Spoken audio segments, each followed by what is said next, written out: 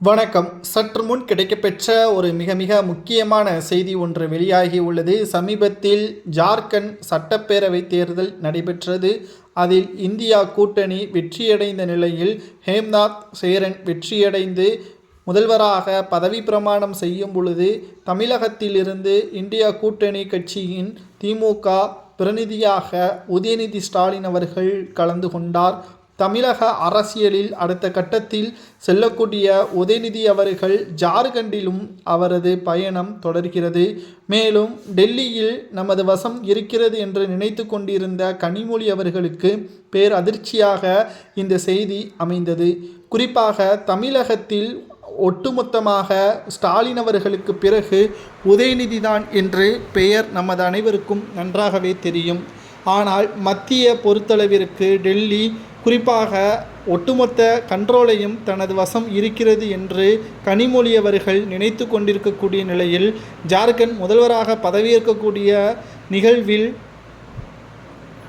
ஒட்டுமொத்தமாக இந்தியா கூட்டணி கலந்து கொண்டது. இதில் தமிழகத்தில் இருந்து திமுக சார்பாக கனிமொழியோ அல்லது ராசாவோ கலந்து கொள்ளக்கூடியது.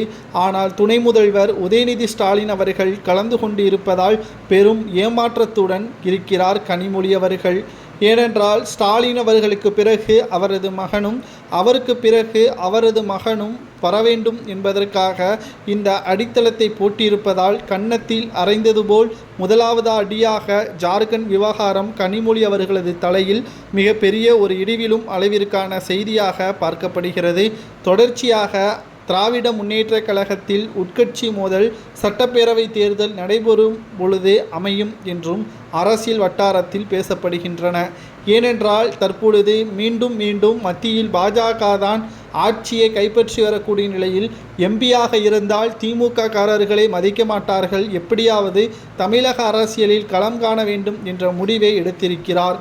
இதனால் 2026 சட்டமன்ற தேர்தலில் கனிமொழி அவர்கள் எம்எல்ஏவாக பொறுப்பேற்பார். அதாவது எம்எல்ஏ தேர்தலில் அவர் களம் இறங்குவார் என்றும், சட்டப்பேரவை தேர்தலில் திமுக வெற்றியடைந்தால் ஒருவேளை வெற்றியடைந்தால் துணை முதல்வர் பதவி கூட கனிமொழி அவர்கள் கேட்பார் என்ற சலசலப்பு திமுகவின் வட்டாரத்தில் இப்பொழுதே பேச ஆரம்பித்து விட்டது.